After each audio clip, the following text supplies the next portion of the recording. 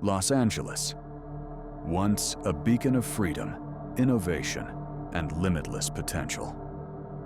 Now, it's a cautionary tale of what happens when personal liberty is traded for empty promises and government control. The shiny surface is gone. What's left is a city buried under the crushing weight of bureaucracy, overregulation, and failed leadership. This isn't the LA they sold you. This is the LA they created. The homelessness crisis has spiraled beyond control, despite billions of tax dollars funneled into so-called solutions. 75,000 people sleep on the streets of Los Angeles County, not because the city lacks resources, but because it lacks competence.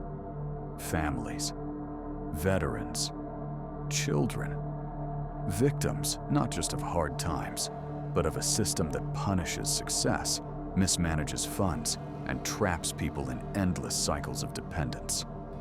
Government programs were supposed to help.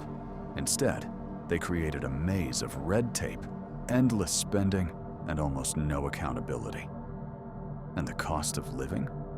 That's no accident. It's the direct result of decades of overregulation, zoning strangleholds, and taxes that drive prices through the roof. In Los Angeles, freedom isn't expensive. It's almost impossible. Crime is exploding, while those sworn to protect you are handcuffed by policymakers, stripped of the tools they need to maintain order. Violent assaults, open theft, smash and grab mobs in broad daylight. And what does the city offer in return? Soft on crime policies, empty speeches, and a justice system more concerned with headlines than safety. Small businesses, the backbone of any free society, are closing their doors. Not because they've failed, but because the system has failed them. They can't afford to exist under the crushing weight of taxes, permits, fees, and a legal system that protects criminals over shopkeepers. The contract between the individual and the state? In Los Angeles, that contract is broken, so people are leaving, in droves. And who's left behind? The ultra-wealthy who can pay to insulate themselves. And the rest, who are trapped by a system that no longer serves them. The American dream isn't dying in Los Angeles. It's being driven out by bad governance and endless control. $5 for a gallon of gas, $15 for a sandwich, $3,500 for a one-bedroom apartment. These aren't random numbers.